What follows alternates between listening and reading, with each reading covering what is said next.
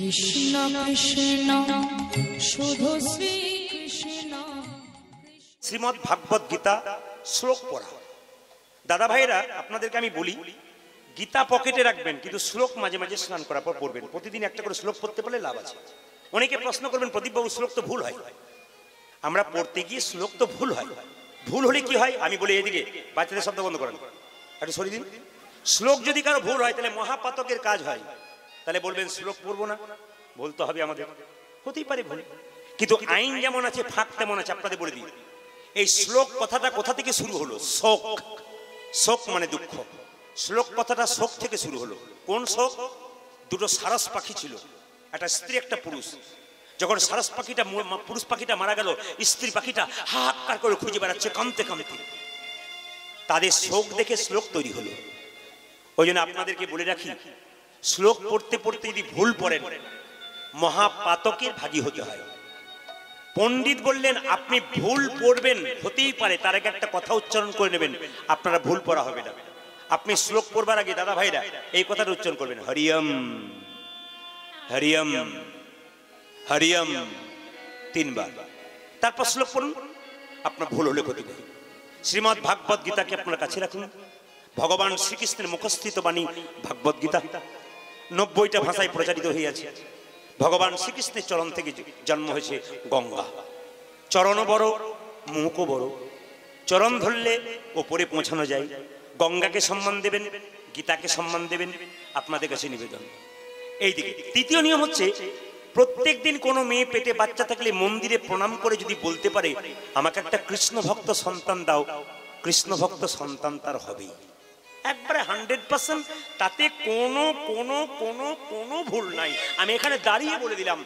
আমি আপনাদের প্রমাণ দিয়ে দিই, মালদা জেলায় আমি ছিলাম 10 দিন। একটা 21 বছরের ছেলে 18 বছরের মেয়েকে বিয়ে করেছে, 18+। তো মেয়েটি এসে আর ছেলেটি এসে আমাকে প্রণাম করে কি বলছে জানেন? বাবা, এই হলো আমাদের 1 মাস বিয়ে হয়েছে, কিছু মনে করবেন না, একটু আশীর্বাদ চাইতে এলাম। কি আশীর্বাদ? নিশ্চয়ই সুখী হবার আশীর্বাদ। বলছে না না, আমাকে একটু আশীর্বাদ করে দিন, আমাদের সন্তান যেন কৃষ্ণ ভক্ত হয়। আমি জিজ্ঞেস করলাম, বয়স কত তোমার? 18+। জাগলো কি করে? মনে উনি বললেন, এটা দামি কথা, এই যে চেহারাটা আমার দেখছেন না, 10 বছর পর কিন্তু সেটা থাকবে না, কিন্তু আমার সম্পদটা থেকে যাবে। লোককে বলতে পাবো গর্ব করে আমি কৃষ্ণ ভক্ত সন্তানের জন্ম দিয়েছি। যদি মেয়ে কৃষ্ণ ভক্ত হয় তাহলে তার বিবেক জন্মাবে, খারাপ কাজ সে করবে না। ছেলে যদি কৃষ্ণ ভক্ত হয় বিবেক জন্মাবে, খারাপ কাজ সে করবে না। ছোট থেকে বিবেক জন্ম করানো। আপনারা ইস্কন মন্দিরে যান, প্রভু শিলপাদকে দেখেছেন, শিল প্রভুপাদকে দেখেছেন আপনারা। সে কিন্তু কলকাতা ছেলে। তার বাবা কি করতো জানেন? বৈষ্ণবকে ডেকে আনতো, প্রায় দিন মাসে মাসে সেবা করাতো, নিয়ে বলতো প্রভু একটু আমাকে নয়, আমার ছেলের মাথায় একটু হাত দিয়ে বলে দিন যেন রাধারানীর কৃপা হয়। এমনি এমনি হয় না, এমনি এমনি কৃষ্ণ ভক্ত সন্তান পাওয়া যায় না। আপনার ভাগ্য এরকম হয় না, কর্ম করতে হবে তবে হবে। কি সুন্দর বলেছে দেখুন, আমার ছেলেকে একটু হাত দিয়ে আশীর্বাদ করুন, যেন আমাকে করতে হবে না, আমার স্ত্রীকে করতে হবে না, ওকে বলুন যেন রাধারানীর কৃপা হয়েছে। প্রভু শিলপাদ বিশ্বের সব জায়গায় ছড়িয়েছে। কেন? বাবার জন্য, মায়ের জন্য। ভক্ত প্রহ্লাদ, তার বাবা যুগের পর যুগ অন্যায় করে যাচ্ছে, অসুরত্ব ভাব, কিন্তু তার সন্তান কেন কৃষ্ণ ভক্ত হলো? মায়ের জন্য। যখন কয়াধুর গর্ভে ভক্ত প্রহ্লাদ ছিল মা, তখন কয়াধু নারদ মুনির কাছে কৃষ্ণ তত্ত্ব কথা শুনেছিল, এই জন্য কৃষ্ণ ভক্ত সন্তানের জন্ম হয়েছে। ওই জন্য আপনারা যে যেখানে বসে কীর্তন শুনছেন, একটাই নিবেদন প্রদীপ পালের, পেটে বাচ্চা থাকলে কৃষ্ণ নাম শুনুন, ভাগবত পড়ুন, গীতা পড়ুন, তুলসী গাছে জল দিন। যদি আপনাদের মনে হয় যে ভগবানকে সোনা পরাবো, কিন্তু সোনা পরানোর ক্ষমতা আপনাদের নেই, হতে পারে, কিংবা সোনা কেনার পয়সা আপনাদের আছে, ভগবানকে দেবার মন নেই, আপনি দেবেন, সুযোগ আপনাদের করে দিই, বিনি পয়সায় সোনা পরাবেন, কোনো পয়সা লাগবে না। শাস্ত্র বলল কি? এইদিকে তুলসী গাছের যে মঞ্জুরি হয়, সেই মঞ্জুরি যদি গোবিন্দের মুকুটে প্রত্যেকদিন দিতে পারেন মাথায়, সোনা পরানো সমান হয়ে যায়।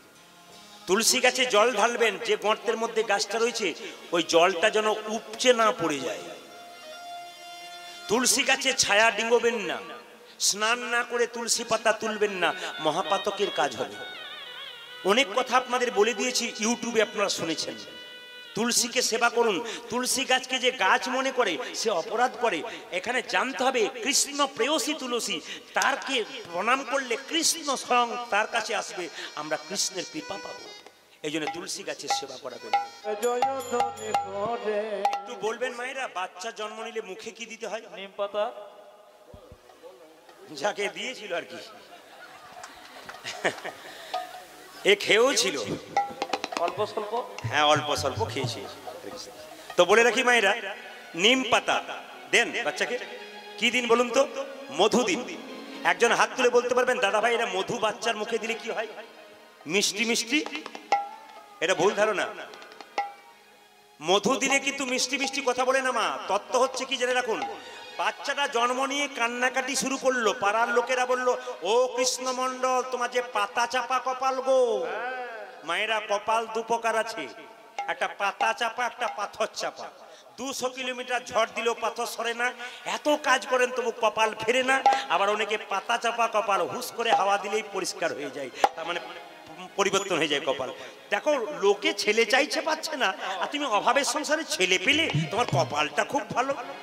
এক কাজ করো, ছেলের কান্না বন্ধ হচ্ছে না, তুমি এক কাজ করো, তুমি একটু মধু এনে দাও। বলে মধু কেনার পয়সা নাই, বলে লোকের কাছে ধার নাও। বলে লোকের কাছে মধু ধার নিলে যদি শোধ করতে না পারা যায়, পরের জন্মে তার বাড়ির কুকুর হয়ে জন্ম নিতে হয়। বাচ্চাটার নাম রাখলো পাড়ার লোকে, দেখুন কি নাম রাখলো, এ কৃষ্ণমণ্ডল এ দুঃখের সংসারে জন্ম নিল, নাম রাখলাম দুঃখী। যতগুলো মা এখানে কীর্তন শুনতে এসছেন, যতগুলো দাদা ভাইরা কীর্তন শুনতে এসছেন, তাদের কাছে একটা করে নিবেদন রইল, একটু মাথায় রাখবেন। ছেলের হাতে মেয়ের হাতে, বাচ্চা ছেলের হাতে মেয়ের হাতে আপনারা কেউ মোবাইল দেবেন না। এটা করজোরে প্রদীপ পালের নিবেদন রইল। বয়স্ক বাবারাও কিন্তু একই কথা বলে, সবাইকে বলে রাখি ছেলের হাতে বাচ্চা, মেয়ের হাতে মোবাইল দেবেন না। আস্তে ধীরে। এখন মেয়েরা কি করে বলুন তো, কাজকর্ম করবার জন্য টিভিটা খুলে দেয়, কার্টুন দেখ কার্টুন। ছেলে কার্টুন দেখতে দেখতে কার্টুন তৈরি হয়ে যাচ্ছে। এইদিকে মাকে আর মা বলছে না মম মম, বাবাকে বাবা বলছে না ড্যাড ড্যাড। আমি একটা ছেলেকে জিজ্ঞেস করলাম তোর মাকে তুই কি বলিস? বলে মম। তোর মাসি নাই? বলছে দুটো মাসি, ছোট মাসি বড় মাসি। ছোট মাসিকে কি বলিস? বলে মিনিমম। আর বড় মাসিকে কি বলিস? বলে ম্যাক্সিমাম। বুঝতে পেরেছেন তো? তো নিবেদন আপনাদের কাছে, একবারে দামি দামি কথাগুলো শুনবেন। এখন বাচ্চার মা যদি মোবাইল নিয়ে সারা রাত্রি ঘাটাঘাটি করে, তার রক্তের সন্তান বাচ্চা কেন ঘাটবে না? এইদিকে তাকান। আপনার সারা রাত্রি হোয়াটসঅ্যাপ মেসেজ করবেন, ফেসবুক দেখবেন, আপনাদের বাচ্চা দেখবে না কেন? একটা ছোট্ট প্রমাণ, দাদা ভাইরা যারা শিক্ষিত ব্যক্তি এখানে আছেন, আমি গান শুনছেন বুঝতে পারছি, একটা ছোট্ট হোয়াটসঅ্যাপ মেসেজের কথা বলবো, মন দিয়ে শুনবেন, খুব দামি কথা। একজন স্ত্রী চাকরি পেয়েছে বোম্বেতে, তার স্বামী এয়ারপোর্টে দমদমে গিয়ে তাকে তুলে দিচ্ছে। বলছে শোনো তুমি যাবার পর ফোন করার দরকার নেই, কেমন ভাবে চাকরিতে জয়েন করলে, কেমন বাসা পেলে একটু জানিয়ে দেবে। মায়েরা, স্ত্রী বললো কোনো চিন্তা নেই, আমি যাবো, বাসা পাবো, চাকরিতে জয়েন করবো, তোমাকে জানিয়ে দেবো মেসেজ করে। এদিকে তাকাবেন, মেসেজ করে। এখন স্ত্রী গেছে, চাকরিতে জয়েন করেছে, সুন্দর বাড়ি পেয়েছে, বাড়িটা গোছগাছ করেছে। হঠাৎ মনে পড়ে গেল স্বামী তো বলেছে মেসেজ করতে, তাহলে মেসেজটা করতে হবে, মেসেজটা করে দিই। মায়েরা, মেসেজটা সুন্দরভাবে করেছে, কিন্তু মেসেজটা তার স্বামীর কাছে যায় নাই, অন্য লোকের কাছে গেছে। আর যার কাছে গেছে, তার কাছে যাবার সময় সময় সে তো হার্ট ফেল করার মতো অবস্থা, সে তো ধারাস করে পড়েছে, লোকে তার মাথায় জল ঢালছে। তো প্রশ্ন করবেন, আমারও জল তৃষ্ণা পেয়ে গেছে। মেসেজটা যাওয়ার সঙ্গে সঙ্গে সেই লোকটা হট করে মাথা ঘুরে পড়ে গেছে, লোকে জল দিচ্ছে। তাহলে প্রশ্ন করবেন কোন লোকটার কাছে মেসেজ গিয়েছিল যে দেখার সঙ্গে সঙ্গে হার্ট ফেল হবার মতো অবস্থা? তার স্ত্রী গত রাত্রিতে মারা গেছে, রাত্রি 12টায় দাহন করে সকাল 6টায় ঘর ফিরছে, আর সেই সময় তার পকেটে মেসেজটা ঢুকছে। কি মেসেজ ঢুকছে দেখুন একটু ভালো করে। কি মেসেজ ঢুকছে? মাই ডিয়ার হাজব্যান্ড, আমার প্রিয় স্বামী, আমার প্রিয় স্বামী, মাই ডিয়ার হাজব্যান্ড, আমি ভালোভাবেই পৌঁছে গেছি, বাড়িটাও সুন্দর পেয়েছি, এত সুন্দর বাড়ি পেয়েছি, আমি সিদ্ধান্ত নিয়েছি 2-4 দিন পর তোমাকেও এখানে নিয়ে আসবো। এবার বলুন কি অবস্থা হয়, আপনারা বিচার করুন।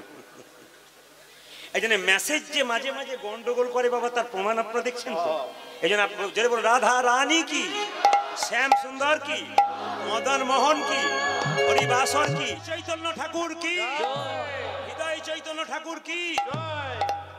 যার নাম ধরে ডাকা হবে সে তো ঘর থেকে বেরোবে। কাল না যদি কেউ যান হৃদয় চৈতন্য ঠাকুরের বাড়ি, দ্বাদশ গোপালের এক গোপাল ওখানে আছে। নিত্যানন্দ শ্বশুর বাড়ি হচ্ছে নিত্যানন্দ ঠাকুরের, নিত্যানন্দ মহাপ্রভু শ্বশুর বাড়ি হচ্ছে কালনাতে। ও মায়েরা এইদিকে তাকাবেন, হৃদয় চৈতন্য বেরিয়ে আপনি যদি কারোর নাম ডেকে ডাকেন সে তো আসবেই। হৃদয় চৈতন্য এই ছেলে এদিকে, কি নাম তোর? আমার নাম দুঃখী। কি চাস? দীক্ষা। কথাগুলো যে যেখানে আছেন, দাঁড়িয়ে আছেন, বসে আছেন, শুনবেন। কি চাস? দীক্ষা। দীক্ষা পাগলের, আমি তো কাউ, আমার কাছে দীক্ষা নেওয়া যায় না বাবা। আমি দীক্ষা, তুমি তো দীক্ষা দেবে। আচ্ছা আচ্ছা, তোকে দেখে আমার খুব ভালো লাগলো। তো ছোট বয়সে মতি জন্মেছে দীক্ষা নেবার, তা তোর বয়স কত? 5 বছর। আচ্ছা তোকে জিজ্ঞেস করি দীক্ষা মানে জানা আছে? আচ্ছা বাবা কিছু মনে করবেন না, এতজন কীর্তন শুনছেন দাঁড়িয়ে দাঁড়িয়ে ঘন্টার পর ঘন্টা, একটু হাত তুলে বলতে পারবেন দীক্ষা মানে? বাহ, ভেরি গুড, বাহ, ঠিক। আমি এইটার জন্য খুশি। কেন খুশি বলুন তো? এরা যে শুনে মুখস্থ রেখেছে এই জন্য খুশি, আপনাদের ভেতরে ঢুকে আছে। দীক্ষা মানে হচ্ছে, দীক্ষা মানে দিয়ে খাওয়া।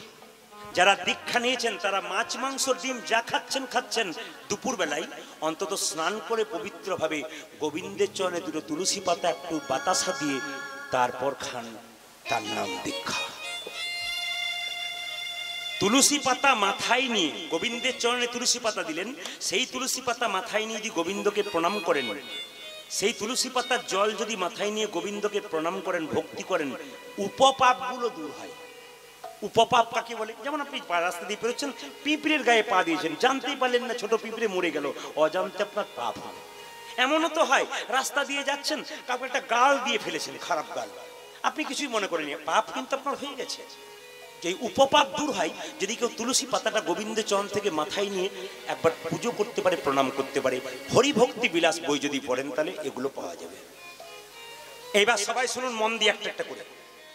দেখবেন মানুষ যখন মারা যায় তখন তার চোখে দেখবেন দুটো তুলসী পাতা দেয় না? জোরে বলুন। সে সারা জীবন যত পাপ করেছে, যত অন্যায় করেছে, মৃত্যুর সময় দুটো তুলসী পাতা দিলে অন্তত পাপটা কিছু খণ্ডন হয়ে গোবিন্দের চরণ প্রাপ্ত হবার চান্স থাকে। এই জন্য তুলসী পাতা দেখবেন চোখে দেওয়া।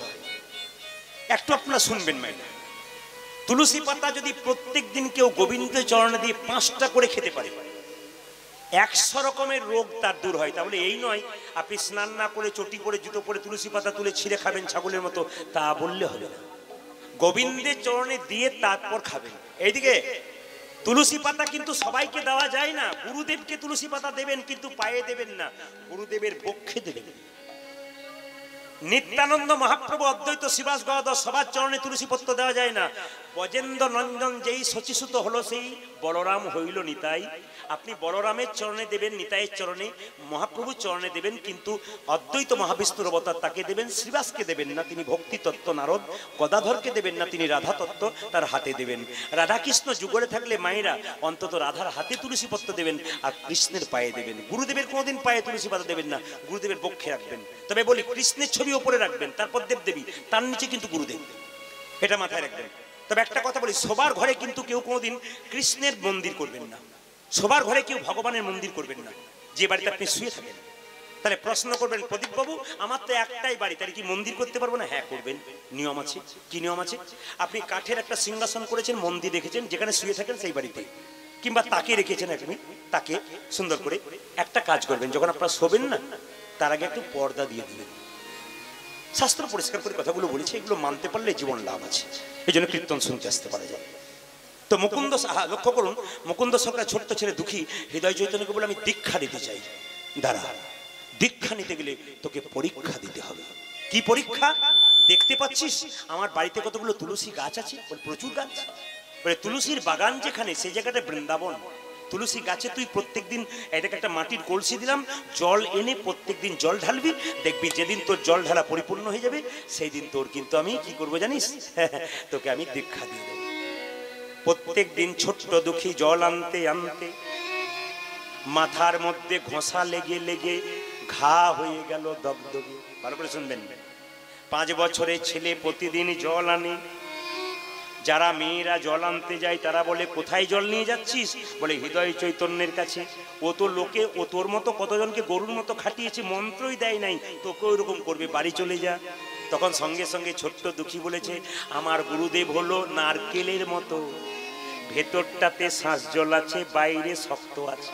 মায়েরা ছেলেকে সাবধান করেন না, শাসন করেন না? আচ্ছা বলবেন তো, ছেলেকে যখন শীতকালে নিয়ে সাবান মাখান, রোগ রে, তখন ছেলে কি ভাবে, মা আমাকে খুব কষ্ট দিচ্ছে, মায়ের উপর খুব রাগ হয়। কিন্তু তারপরে মা কি করে, ছেলেকে সুন্দর করে সাজিয়ে কাজল দিয়ে নিজে না খেয়ে খাইয়ে দেয়, তখন বুঝতে পারে মা আমায় কতখানি ভালো। এ তো নারকেলের মতো গুরুর মন, ওপরটা শক্ত হতে পারে, ভেতরটা কিন্তু নরম। তখন মেয়েরা বলে উঠলো, ভালো কথা বলতে নাই, যা কথাই বলে না যে কি কথা বলে, পরের ছেলে পরমানন্দ, যত উচ্ছন্নে যাই তত আনন্দ। ছোট্ট দুঃখী বলল, তোমাদের কথা শুনবো না। মাথায় করে জল আনতে আনতে দগদগে ঘা হয়ে গেল, এইদিকে দগদগে ঘা হয়ে পোকা হয়ে গেল। আর পোকা হয়ে যখন আস্তে আস্তে গায়ে পোকাগুলো পড়ছে, মনে মনে ভাবছে, গুরুদেব যদি দেখে পোকা হয়েছে আর আমাকে জল ঢালতে দেবে না, আর আমার মন্ত্র নেওয়া হবে না, আমি এক কাজ করি, একটা গামছা দিয়ে পাকড়ি বেঁধে নিই। যেই না ছোট্ট দুঃখী ভালো করে শুনবেন, কত তত্ত্ব কথা, কত সুন্দর জীবনী। বলছে ছোট্ট দুঃখী মাথায় পাকড়ি বেঁধে জল আনছে, তার গুরুদেব চিৎকার করে বলল, দুঃখী রে, এত সুখে কৃষ্ণ ভজন হয় না, তুই পাকড়িটা খুলে ফেল। ছোট্ট দুঃখী একবারও বললো না পোকা হয়েছে, বলে পাকড়ি আমি খুলতে পারবো না। গুরুদেব বলল, তুই যদি না খুলিস আমি নিজেই খুলে দেবো। এই বলে গুরুদেব যেই না পাকড়িটা খুলে দিয়েছে মা, অমনি ছোট্ট দুঃখী দেখতে পেলো কি জানেন, এদিকে তাকান, কি দেখতে পেলো, তার গুরুদেব দগদগে ঘা ছোট্ট পোকা হয়ে গেছে। ওরে দুঃখী রে, দুঃখী রে, তুই যেদিন বাবা মাকে ত্যাগ করে আমার কাছে এসেছিস, আমার কাছে এসেছে, সেই দিন থেকে আমি তোর বাবা, আমি তোর মা। তুই আমায় কেন বললি না তোর রোগের কথা, আমি কবিরাজ দেখে তোর চিকিৎসার ব্যবস্থা করে।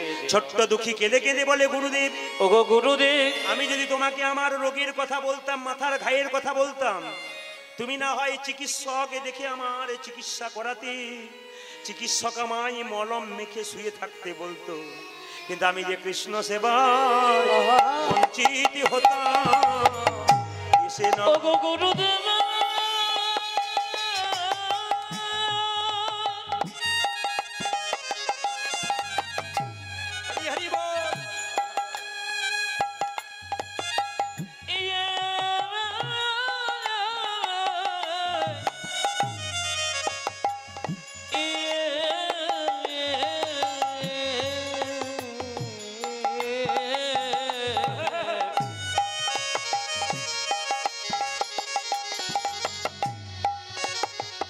আমি কৃষ্ণ সেবায় বঞ্চিত হতাম, জলা নিতে না পারিলি, কৃষ্ণ সেবায় বঞ্চিত হতাম।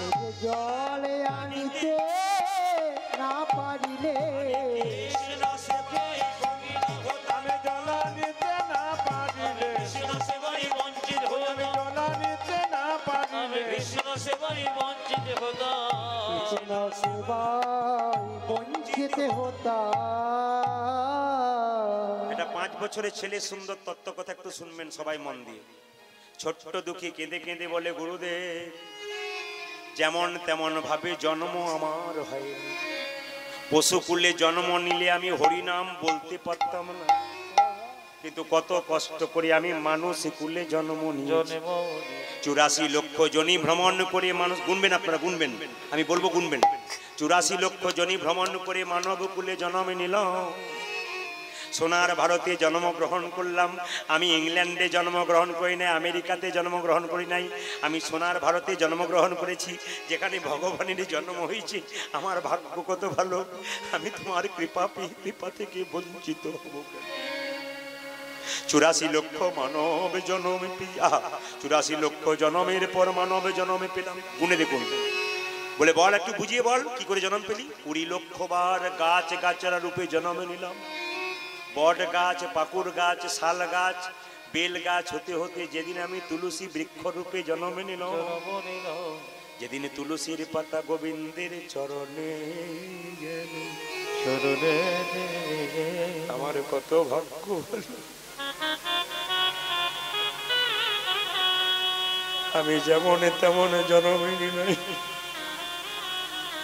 আমি তুলসী বৃক্ষরূপে জন। ওই তুলসীর কাষ্ঠ ভক্তগণ কণ্ঠে নিয়ে মালা করে পড়ল। সেই দিন আমি গাছ জনম থেকে মুক্তি পেয়ে গেল। 9 লক্ষ বার জলে জলে জনম নিতে নিতে যেদিন শঙ্খ রূপে জনম নিল, জন্ম নিল মায়েদের মুখে মন্দিরে বাজিলাম, বাজিল তখন আমার শঙ্খ জনম থেকে জল জনম থেকে মুক্তি পেলাম। 20 আর 9 কত হলো? 29। 11 লক্ষ বার আমি কৃমি কীট মানে পোকা রূপে জন্ম। সবাই কিন্তু শুধুই মানুষ জন্ম পান নাই, কেউ হারাবেন না অবহেলাতে। বারবার নিবেদন করবে, এই জন্ম আর পাবার চান্স নাই। পেতেও পারেন, নাও পেতে পারেন, আপনার কর্মের উপর নির্ভর করে। যদি পেয়েছেন, হরি কথা শুনে জীবন ধন্য করুন, ভাগবত রামায়ণ কথা শুনে জীবন ধন্য করুন। কেঁদে কেঁদে বলে 11 লক্ষ বার কৃমি কীট রূপে জন্ম নিলাম। কত রকমের পোকা হতে হতে যেদিন ভ্রমর কুলে জন্ম নিলাম, জন্ম নিল ফুল থেকে মধু সংগ্রহ করি, সেই মধু আমার গোবিন্দের সেবনে। সেদিনে গোবিন্দের আমার পোকা জন্ম থেকে মুক্তি। কত হলো? 40। 30 লক্ষ বার পশু কুলে জন্ম নিল কত রকমের পশু হতে হতে যেদিন আমি গাভী কুলে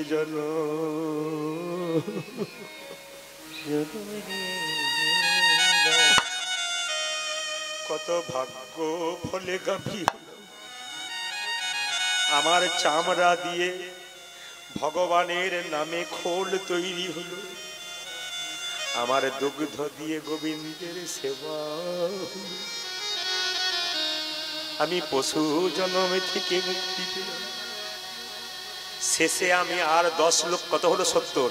10 লক্ষ বার পক্ষী কুলে জন্ম নিতে নিতে যেদিনে ভাগ্য ফলে আমি ময়ূর হয়ে গেলাম, সেই দিনে ময়ূর হলাম। ময়ূরের পালক গোবিন্দ মাথায় নিল। সেই দিন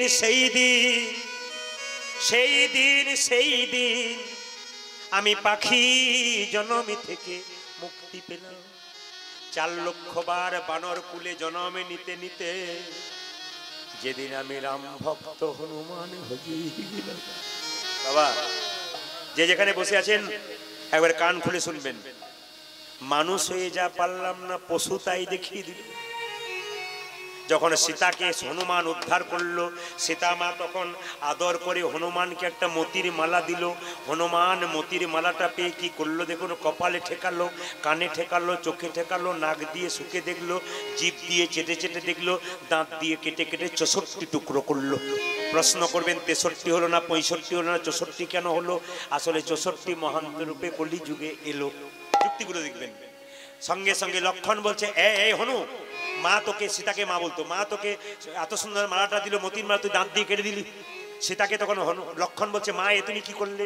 বানরে সপিলে মতি, মতিতে তারা নাই কো মতি, অনায়াসে কাটে তারে দন্তে, শিশু মানে না দেবতাই, মানুষ পূজে তারে জ্ঞানবন্তে। বাচ্চা ছেলেকে মন্দিরে শুয়ে দিন, ও পায়খানা প্রস্রাব করে দেবে, ও তো মন্দিরের মানে জানে না। লক্ষণ বারবার হনুমানকে অপমান করছে। অতুল্য ধন তুলসী রে, তুমি জানে তুলসী রে, কুকুরে কি তার মান্য রাখে? তুমি যে তুলসীকে এত সম্মান দাও, কুকুরে কি মান দেয়? ও তো কুকুরের মতো। বারবার হনুমানকে অপমান করে। এইদিকে তাকান। সঙ্গে সঙ্গে সীতা দেবী চিৎকার করে বলল, এই হনু, তুই আমাকে অপমান করলি, আমার মালাকে তুই দাঁত দিয়ে কেটে কেটে দিলি। হনুমান কেঁদে কেঁদে বলে, মা গো। একটা পশুর কাছে শিখতে হবে। আমাদেরকে কেউ খারাপ কথা বললে আমরা রেগে যাই, আমাদের সহ্য শক্তি কম। কিন্তু হনুমানের কাছে শিখতে হবে। এত লক্ষণ অপমান করলো, হনুমান একটা উত্তর দেয় না। কি বলেছে দেখুন, লক্ষণ তুমি আমায় অপমান করলে, কিন্তু আমি যে মাকে অপমান করি না। এ মালা কেন দাঁত দিয়ে কাটলাম তুমি শুনে রাখো। যখন আমাকে মা মালাটা দিয়েছিল আমি অপমান করি না। এ তো যেমন তেমন মালা নয়, মায়ের দেওয়া প্রেমের মালা। তাই প্রথমে কপালে আমি ঠেকালাম, মাকে সম্মান দিলাম। তারপর কান্দি কানে ঠেকালাম কেন জানো? কেন জানো? এ মালাতে রাম নামে শোনা যায়, শোনা যায় কিনা? একবার দেখলাম চোখে ঠেকালাম কেন জানো? জানো এ মালাতে রাম দেখা যায় কিনা দেখলাম, নাক দিয়ে শুকে শুকে দেখলাম কেন জানো? রাম অঙ্গের গন্ধ পাওয়া যায় কিনা দেখলাম, জিভ দিয়ে চেটে চেটে দেখলাম কেন জানো? কেন জানো? এই মালাতে রাম চরণে তুলসীর স্বাদ সাথে পাওয়া যায় কিনা? যে মালাতে রাম নাম শোনা যায় না, রাম দেখা যায় না, ও তো অলংকার নয় কলঙ্কের হার। তাই আমি দাঁত দিয়ে কেটে কেটে ফেলে দেব। লক্ষণ হনুমানের হাত দুটো ধরে বলল, হনুমান রে, এতদিন আমি ভগবান ভজনা করেছিলাম, অহংকার ছিল, রাম আমার দাদা সে ভগবান, কিন্তু সব অহংকার চলে গেল। তুই যেমন ভাবে রামকে ভজনা করেছিস আমি তো তেমন ভাবে করি নাই। তুই কি রামে দেখাতে পারবি হৃদয়ে মাঝে? হনুমান বলল, নিশ্চয় দেখাবো, তুমি তোমার তীরটা দাও। লক্ষণ যেই না তীরটা দিয়েছে, হনুমান বক্ষ বিদীর্ণ করেছে, দেখে একা রাম নয়, দেখে সীতারামের দেখি সীতারামের যুগল মিলন, যুগল মিলন। দেখি সীতারামের যুগল মিলন। হনুমানের হৃদয়ে মাঝে সীতারামের যুগল মিলন। ওরে হনুমানের হৃদয়ে মাঝে, আর কি তারে মারতে পারে? ও জয় হনুমানের হৃদয়ে মাঝে, আর কি তারে মারতে পারে? জয় হনুমানের হৃদয়ে মাঝে। আরে আর কি তারে মারতে পারে? দেখি সীতারাম সীতারামের যুগল মিলন। হৃদয় চৈতন্য দুঃখীকে জড়িয়ে ধরে বলছে, দুঃখী তোকে দীক্ষা দেবো কি রে? তুই যে দীক্ষা সঙ্গে করে নিয়ে এসেছিস। কত সুন্দর কথা বললো, তোকে দীক্ষা কি দেবো? তুই তো দীক্ষা সঙ্গে করে নিয়েছিস। তোকে তোকে দীক্ষা দিই, দীক্ষা দিই। তোকে দীক্ষা দিলাম, আজ থেকে তোমার নতুন নাম দিলাম দুঃখী কৃষ্ণ দাস। নাম কি হলো মা? লীলাটার নাম কি ছিল বলুন? দুঃখী কৃষ্ণ দাস। তাকে বললো, শোন, তুই বৃন্দাবনে যা, তোকে কথা দিলাম তুই রাধা গোবিন্দের চরণ সেবা করতে পারবি যদি তুই বৃন্দাবনে জীব গোস্বামী পাদের কাছে যেতে পারিস। মায়েরা, ছোট্ট দুঃখী কৃষ্ণ নাম করতে করতে বৃন্দাবনে চললো জীব গোস্বামী পাদের কাছে।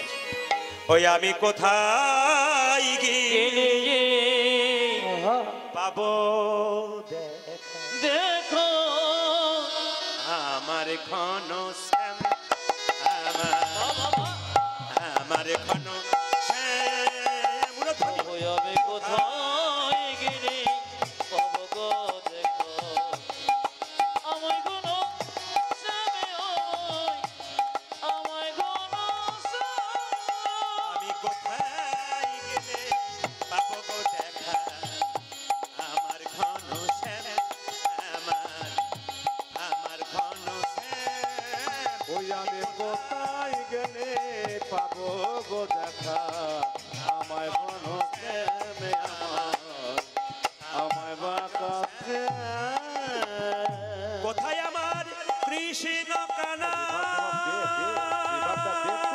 ওরে আমার কানা। হ্যালো,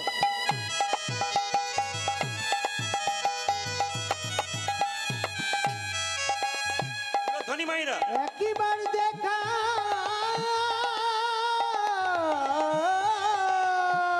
দে।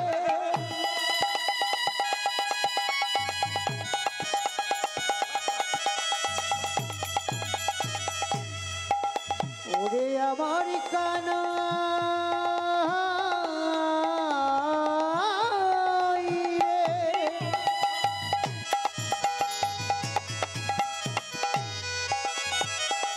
কোথায় আমার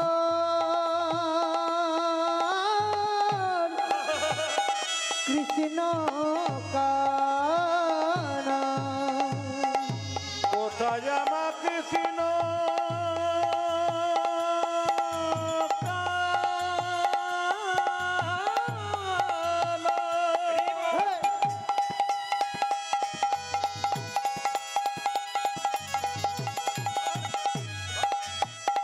কোথায় ঘন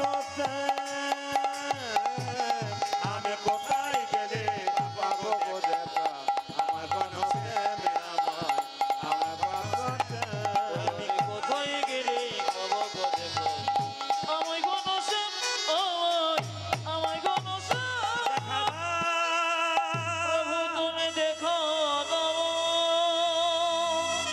সবার কাছে নিবেদন রইল, মাথায় কাপড়টা নিন সব মায়েরা। পেটের বাচ্চাটি জন্ম নিল, হ্যাঁ, দুরিকা দেবীর, সবাই মিলে মাথায় কাপড়টা নিন, করজোরে বসুন। কোথায় জন্ম নিল? ধারেন্দাতে। কিভাবে? ধারেন্দাতে জন্মিল দুঃখী মণ্ডল, ধারেন্দাতে জন্মিল দুঃখী মণ্ডল, ধারেন্দাতে জন্মিল দুঃখী মণ্ডল। জনে মনে রে ধ্বনি।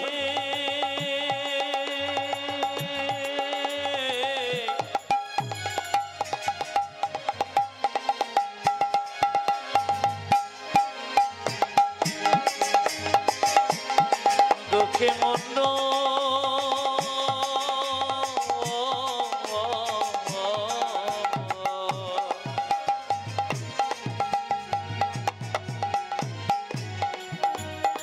ধরন্দে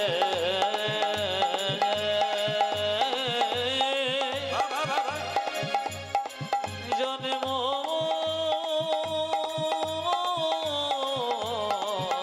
নীল রে হেন রে জন্ম নিল রে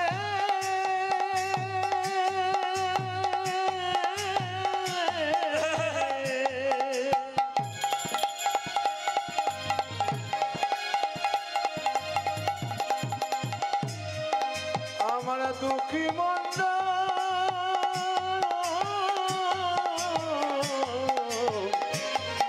জন্ম নিল রে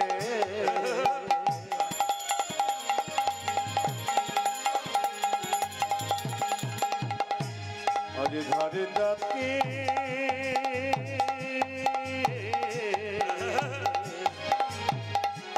জন্ম নিল জন্ম নিল জন্ম নিল ধারেন্দাতে জন্মিল দুঃখী মণ্ডল মাতার নাম দুরিকা, পিতা কৃষ্ণ মণ্ডল। আজ মাতা নন্দরিকা পিতা কৃষ্ণ মণ্ডল, ওই মাতার নাম দুরিকা, পিতা কৃষ্ণ মণ্ডল। ওই যে মাতা নাম জড়িতা পিতা কৃষ্ণ মণ্ডল। কৃষ্ণ মণ্ডল তোমার ছেলে হয়েছে? ছেলে? পুত্র হেরি পিতা মাতার আনন্দ না ধরে, আমার পুত্রকেরই পিতা মাতা জনন্দন ধরে, পুত্র হেরি পিতা মাতার আনন্দ না ধরে, পুত্র হেরি পিতা মাতায় আনন্দ না ধরে যে পাড়া প্রতিবেশী সবে উলধ্বনি করে, যে পাড়া প্রতিবেশী সবে উলুধ্বনি করে, যে পাড়া প্রতিবেশী সবে জয়ধ্বনি করে, যে পাড়া প্রতিবেশী সবে জয়ধ্বনি করে, আনন্দ ধরে না, আনন্দ ধরে না, আনন্দ ধরে না, তাদের আনন্দ ধরে না, পাড়া প্রতিবেশীর মনে আনন্দ ধরে না, পড়া প্রতিবেশী মনে আনন্দ ধরে না পাড়া প্রতিবেশীর মনে পুত্রের বদন হেরে, পাড়া প্রতিবেশী মানে পুত্রের বদন হেরে, পাড়া প্রতিবেশী মানে পুত্রের বদন হেরে, পাড়া প্রতিবেশী মানে পুত্রের বদন হেরে, পাড়া প্রতিবেশী ওই মানে যে আনন্দ ধরে না, পাড়া প্রতিবেশী সবে জয়ধ্বনি করে, পাড়া প্রতিবেশী সবে